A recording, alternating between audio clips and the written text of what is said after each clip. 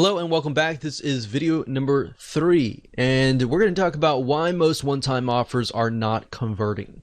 And the reason why is this will help you pinpoint the weaknesses, and that will help you create better one-time offers. So before we can jump in and start mapping things out, you need to understand why they're not converting, all right? So understanding this will allow you to get a better perspective of why your one-time offers may not be converting, so you can make it better. So otherwise, if I just jump straight into showing you how to set up smart one-time offers, what would happen is you would be blindly guessing, and we want you to be successful, all right? So that's why we've kind of mapped this video course out as it is. So most one-time offers don't convert simply because they are unrelated to the front-end offer. And now, while that does seem like a no-brainer, that's a very, very common mistake. And that's fine. If that's totally fine, because now you can improve it. But think about it for just a second. Let's say that you bought a course on how to save taxes. You're presented with a one-time offer, which is another course, which is how to run your business better. All right. And I've seen this. I've seen hundreds of one-time offers, hundreds and tons of funnels, and this has happened. And yes, while they are related, and you might have some folks buy into it because they are related, they do run a business, and most of the time business related taxes. If it's personal taxes, obviously it's not related, but if it's business taxes, then yes, it is related. And they might buy into that. You might get one or two or a few people, or even sometimes you might even get like 5% buy it. But the fact of the matter is, yes, they are related, and you might have some people buy it, but it doesn't exactly solve the person's initial problem, which is related to taxes, business taxes, let's say. So a lot of times when people build funnels, they start with lead magnet first, then they build the front end offer, and then they build the one-time offer. But if you think about it, if you do that, it's very, very hard to build exactly what people want. You kind of have to do it backwards, and I'll show you in just a minute. So this is wrong, and I'll show you why in this mind map. Okay, so I'm in Lucidchart right now, and a typical or traditional funnel looks like this, or it's built like this. Typically, you start obviously with the lead magnet, and then of course you do a front end offer. And a lot of times, if you think about it, let's just do a lead magnet for the sake of the whole funnel. Of course, you're going to have several different lead magnets because you're trying to build your list. A lead magnet, if you aren't aware of what it is, it's just a freebie that you're giving away for free in exchange for somebody's email address. So the goal of this is to build a list of people who eventually want your funnel, right? Now, a lot of times people will just think, okay, what's a good lead magnet that I have? Or what can I put together? And they'll just slap it together. And the next thing is they'll put together a front end offer. And they're thinking, okay, this is a really good front end offer that I can put together. And the next thing they'll do is they'll think, okay, what kind of one-time offer can I put together? And a lot of times they won't even think about it. They'll just say, okay, I've got this thing, right? And then they're thinking, okay, maybe I gotta put another one-time offer number 2. That's just a good offer, right? So my point is, not a whole lot of thought is put into it, or maybe there is a lot of thought that is put into it, but it's just random, right? So the majority of one-time offers and the whole funnel is usually created this way. And by doing it this way, kind of in a very random way, this is actually not good for your funnel, because how do you know if the progression from here will lead to here? Meaning, if somebody buys this, how do you know that is going to be exactly related to this, exactly related to this, and exactly related to this? So that's what happens when you move from the front to the back. So with the Smart OTO, we use a different method, which I'll show you in just a minute. Hello and welcome back. This is video number 4. And we're going to talk about an overview of the Smart One-Time Offer and why they convert. So at this point in time, you will understand why the traditional way of creating a one-time offer is not converting. So now it's time to show you how to set up smart one-time offers or one-time offers that do convert. Now here, what we want to do is start brainstorming how you can implement this strategy into your own sales funnel to ensure that you give your customers what they want. So here's the part where you actually put yourselves in their shoes. But this process is going to make your life a lot easier. I wish I knew this when I was setting up one-time offers back in the day. And then when I figured this out, I was like, wow, I was actually doing it the hard way. So referring back to the example in the previous video, taxes. The way a smart one-time offer works is to ensure that it is actually related to your original offer. Now you might be thinking, well, that's a no-brainer. I do that all the time, or that should be easy. But really, let's just take this as an example. So to recap, if the front end offer is how to save money on taxes, and we established previously that it was business taxes. So how to save money on business taxes.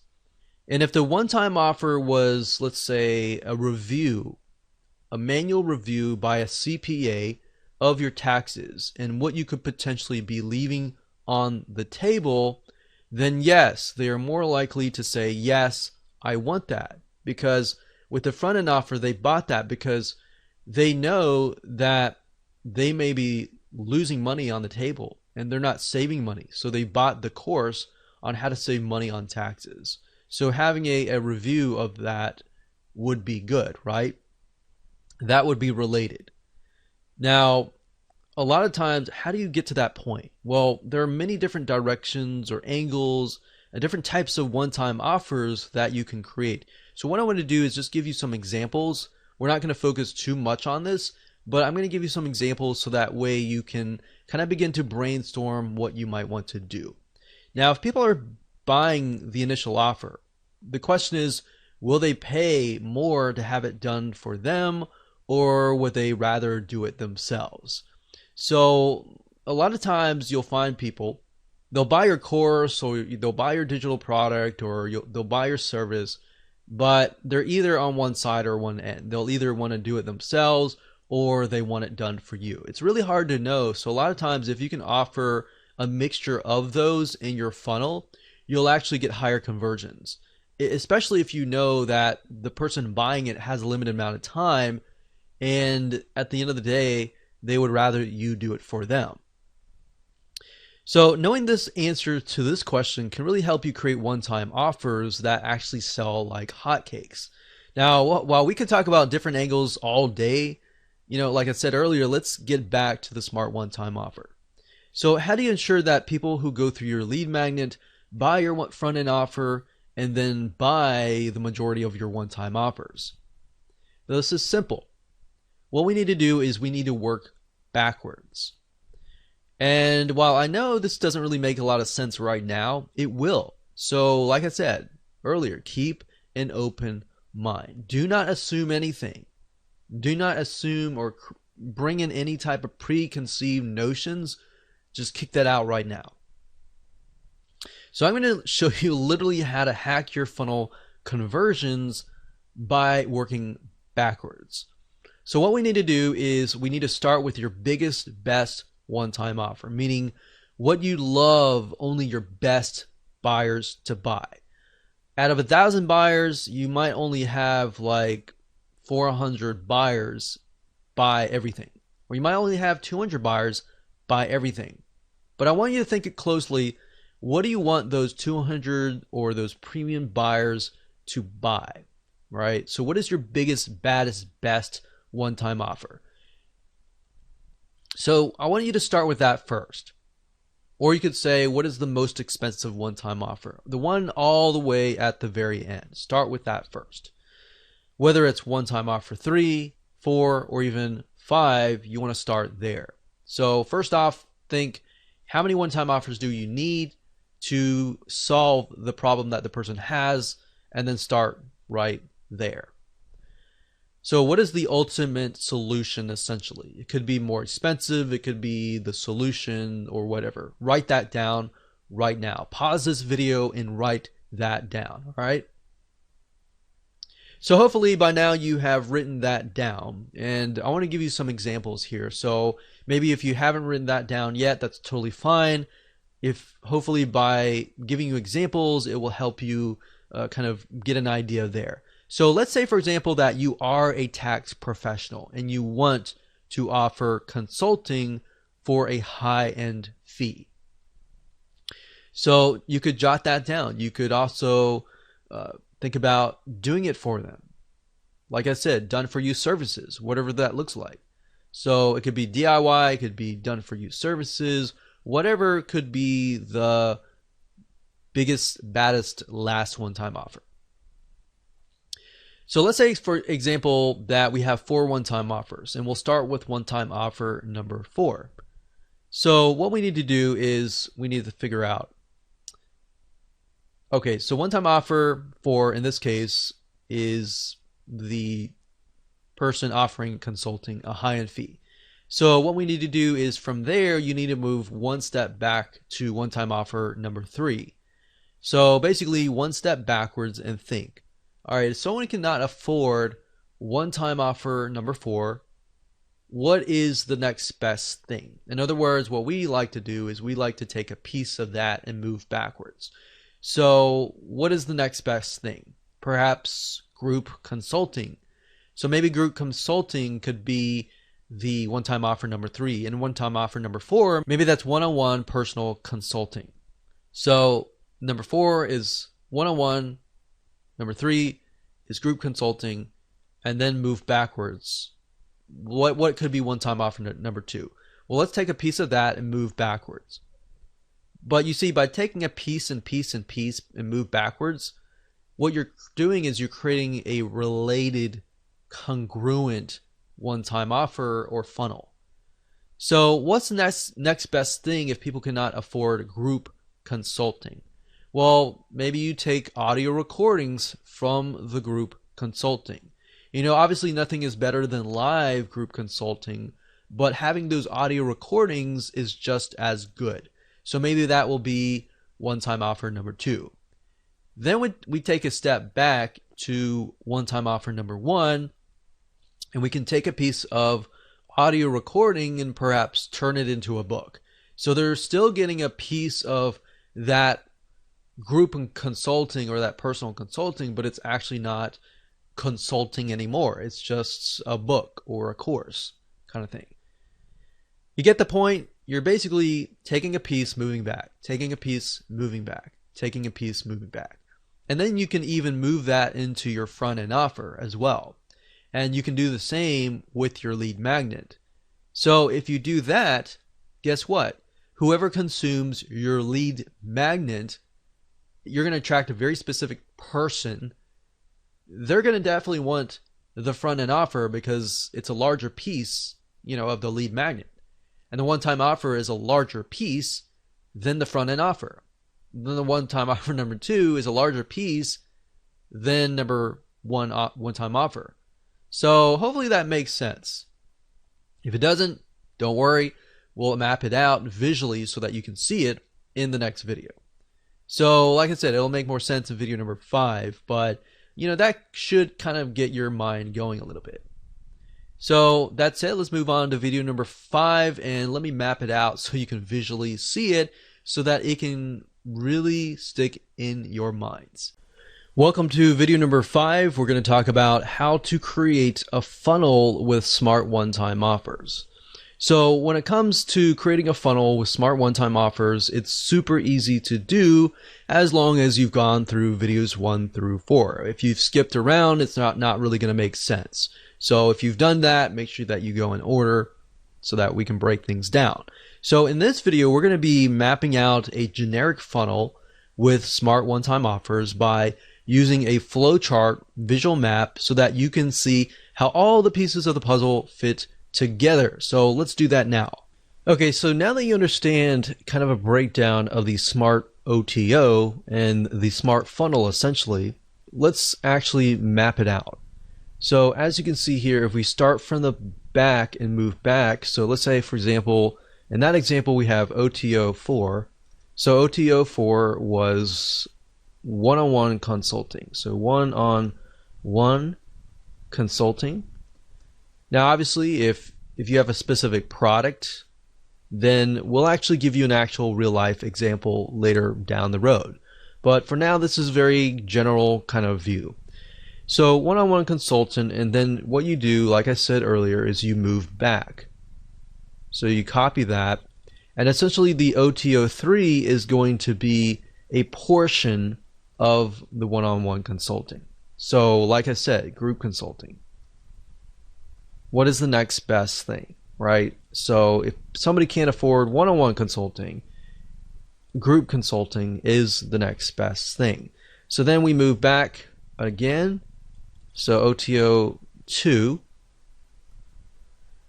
And if somebody cannot afford group consulting, perhaps something, a portion of that. So we take a piece, we move back.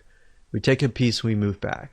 Well, in that case, you can have this perhaps as the downsell. So that could be OTO4D as in downsell. And then this could actually be OTO3. So as you can see here, one thing is, when I discussed the funnel earlier, as you begin to map things out, you realize that certain things should actually be a downsell or an upsell or in different places. And that's why mapping out is so crucial. So OTO3 could be something like audio recordings, and that could be that. You know, we could have something else. It doesn't have to be that. So it could be audio recordings. So that way, if somebody buys the audio recordings, they're thinking, okay, this is all I can afford. I'm going to stop here. But then you got your premium buyers that will be like, okay, you know what? I want to get one-on-one consulting, right? And then you might have people who say, oh, I can't afford that. And then they're offered this and they're thinking, well, you know, I can't afford one-on-one consulting, but I can afford group consulting, right? So we got audio recordings, and then maybe over here we have an ebook based on that audio recordings, but not as much. So they're getting double over here, obviously, right? So the next thing we have is OTO2. So we're moving backwards here. So I like to use arrows for progression, but obviously later on we're going to have to switch the arrows because we're going to move the other direction, right? So this is just to help me build it out initially. So OTO1, this could be a piece of that. So maybe this could be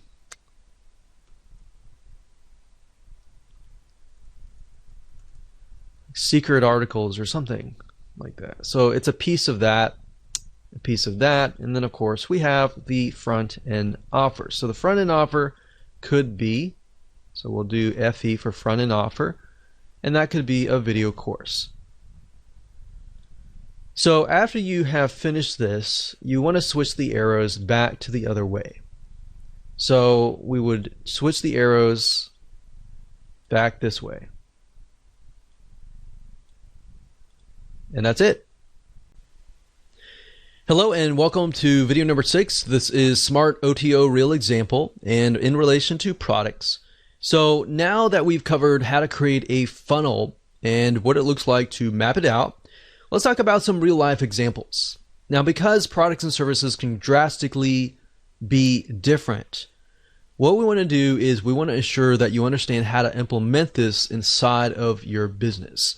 So in this particular video, we're going to talk about how to create smart one-time offers for products. So if you have a service, you don't have a product, but if you have a mixture of products and services, I would recommend that you watch this one and the next. But if you do not have products and you're just purely 100% a service-based business, then I would rather you skip this video and go to the next, all right? But you might learn a few things by watching this video before watching the next. So let's head over to the flowchart system again, and let's find a product and break it down in relation to products.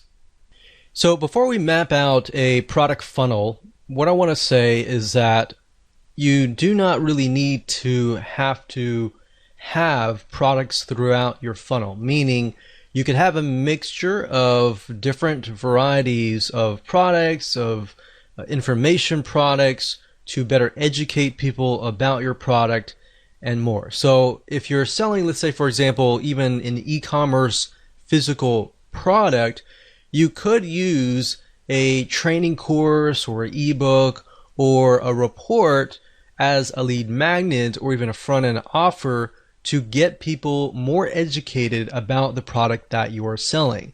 So just keep that in mind, that every single thing in your product funnel does not need to be a product. So if you're doing an e-commerce product, the front-end offer, the one-time offer and all that does not have to be an e-commerce product. It can be, or you could do the lead magnet as a video training, but you have to really think about how much does somebody need to be educated about my product before they decide to actually buy my product. So you really need to figure out, okay, is that going to be in the lead magnet phase, or is that going to be in the actual front end offer? So what I'm saying is, don't feel like you have to stick with one specific type of one-time offer over and over again throughout your whole funnel. So for example, we'll talk about service-based businesses in the future, but you can actually mix and match between a product and a service solely based upon what you think will help somebody become more educated about your product. In addition to that, how will that bring them closer to actually wanting to buy the biggest, baddest one-time offer? All right. So let's do a product here, and let's just go ahead and do that. Let's do an e-commerce product. Let's say that we are selling scuba gear, and the OTO, let's do an OTO 3 for the sake of simplicity. So scuba gear is going to be basically everything, like all in one package kind of thing. All in one package. So this is kind of the everything, you get everything in the scuba gear package to help you stay below surface for a longer period of time.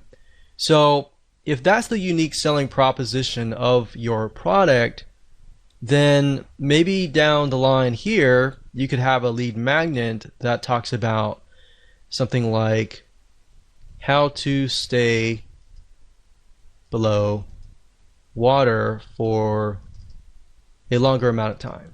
So we haven't really figured out, is that going to be our lead magnet? Is that going to be our front end offer or anything like that? What I want you to do is just splat that on the paper. So we've got OTO 3, and I would ask you, in addition to that, if we move one step backward or even two steps backwards, what do we think would be there? So since the scuba gear is an all-in-one package, maybe we focus on the scuba mask.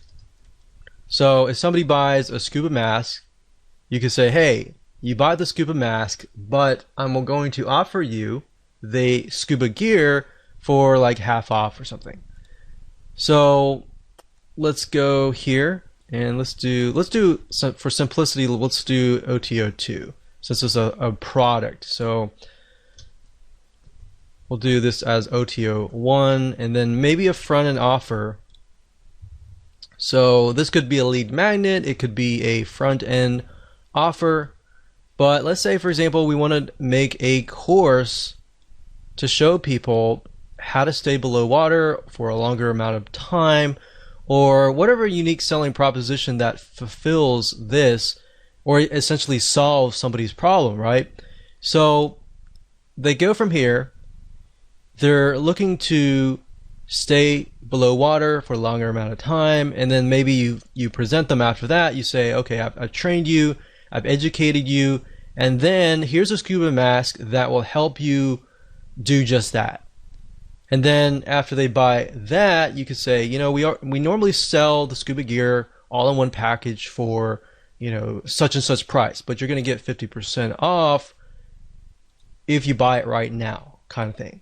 So they're already in the frame of mind, thanks to this part here, that they are well educated. They bought the course so that they're well educated. And because you educated them, you have essentially gained their trust. And because they trust you, they're more likely to buy your funnel. So that's something that you could do for an e-commerce type product. Now, let's say it's a information product. So let's say that we won't do a service, and we can do a service in the next video. But let's say, for example, that this is a product. So maybe we could do scuba diving training, advanced training, and then we could do scuba diving. So OTO2 is the biggest, baddest bonus that we can offer, and that's the advanced training. So maybe OTO1 could be scuba diving, not basic training, but maybe intermediate training. And then maybe at that point, the front end offer could be scuba diving basic training. Could be the front end offer. So think about it for a second. I move backwards, and this is more advanced, sort of less advanced, and a lot more less advanced. So now when we move back from here forward, it's going to be somebody comes in, they're interested in learning basic training, and they're still new. So maybe you provide them with intermediate training. You say, okay, we normally offer this at $200, but today you'll get access to it for $100. So after you complete your basic training, you'll have access to this immediately afterwards, and then so on and so forth. So that's what I would do for a product, but you kind of get the gist here. This is fairly simple as long as you start with this as the top level and then move down. So in this case, I kind of use the skill level from top, middle, bottom, so that when we go from here to here, it's a progression upwards, right? So you could use that method, you could use the method I taught you before, you could use any method, but hopefully that gives you a better idea on how to essentially create your OTO funnel. Okay, so this is video number 7, and we're going to talk about similar to what we talked about in the previous video, but we're going to map out a product funnel that is just for services. So let's head on over to the flow chart and let's find a service and break it down.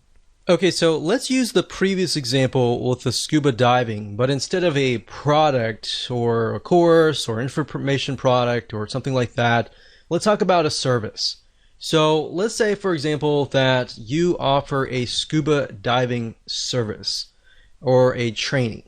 So you really need to figure out what category does that fit in. Does it fit in where you're training somebody? Does it fit in maybe tourism or entertainment? You need to figure that out first and write that down. So in this case, we could do scuba diving one-on-one consulting. So that could be a one-on-one personal training kind of thing. And let's delete these two here. And let's say this will be OTO3. And with a service-based business, you could do that, and then you could do a downsell. So somebody could not afford that. They could have something like a scuba diving group consulting, and that can be OTO3. We'll call that downsell. So a downsell is basically if somebody says no to this, they are then presented with this, right? So that's basically how it works. Now, how can we best ultimately sell this OTO3 here? Well, the best way to sell a service could be through a product, an information product, an ebook, a video course, something like that. So if your ultimate goal is to get them here, then similarly as the previous funnel, you could use a video course. So that could be a scuba diving course, we'll say video course, And then if we take a snippet of the course over here, this could be a scuba diving port. And then we can move back again over here. And this could be something like a scuba diving checklist, like a diagnostic test or something.